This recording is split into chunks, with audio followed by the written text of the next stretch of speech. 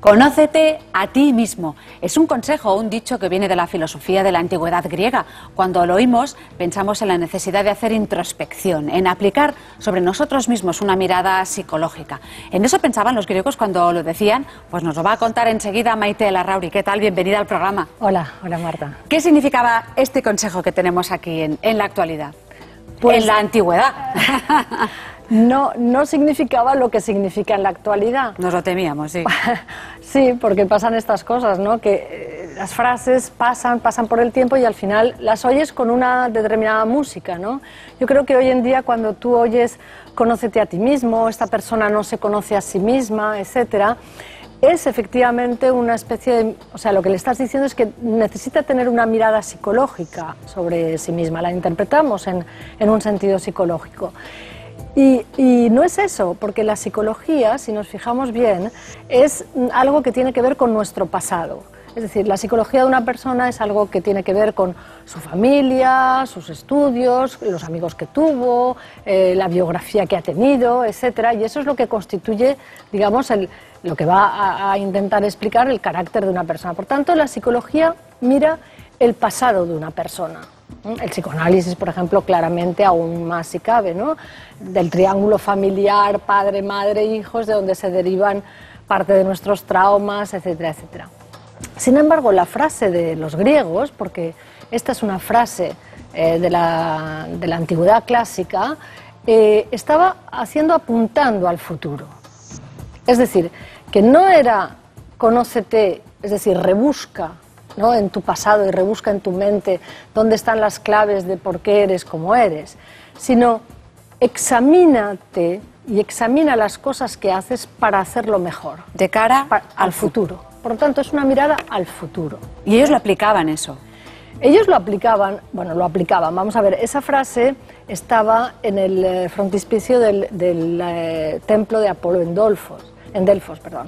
Y entonces, conócete a ti mismo, que después los filósofos la importaban en su propia filosofía y le daban un significado. El primero, por ejemplo, fue Sócrates, es decir, Sócrates conocía esta frase y por supuesto, o sea, Sócrates intentó aplicarla.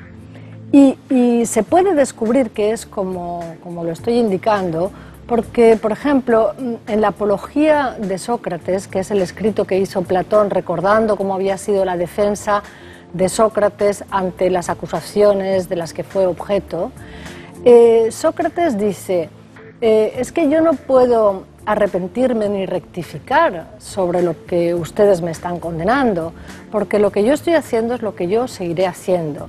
Yo lo que hago es molestar a mis conciudadanos recordándoles que más importante que las riquezas, que más importante que la fama, es que ellos se ocupen de sí mismos, se pongan a sí mismos como el centro de preocupación y el centro de examen.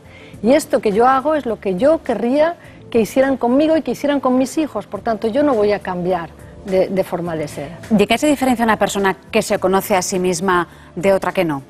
Pues que la persona que se conoce a sí mismo en términos griegos es una persona que, como va a estar haciendo una especie de examen de conciencia sobre lo que tiene que hacer para mejorar, etcétera, es una persona más equilibrada, o que intenta sobre todo poner el gobierno de lo mejor que tenemos en nosotros mismos sobre nosotros mismos. Esta es la fórmula que emplean los griegos. Es decir, mi razonamiento, ¿no?, que es la parte mejor de mí misma, la pongo a dirigir, a gobernar el resto de mis impulsos. Y si yo esto lo hago, estoy dirigiendo mi vida de una manera más equilibrada, más armónica.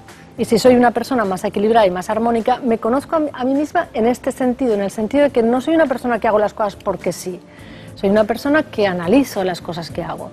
Y además, que seré así mejor ciudadano.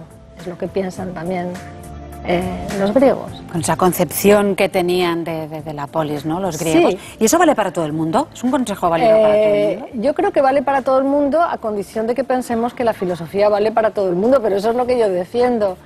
O sea, yo pienso que la filosofía es para los profanos, la filosofía es para todo el mundo, y por lo tanto todo el mundo puede mejorar.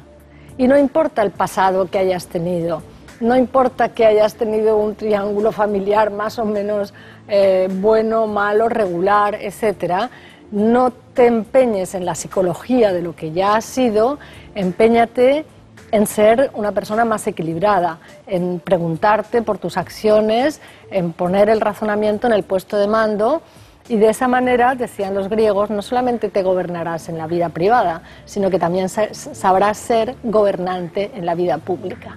Reveladora, como siempre. Maite Larrauri, te agradecemos muchísimo lo que nos cuentas aquí en Filosofía para Profanos. Muchísimas gracias a vosotros.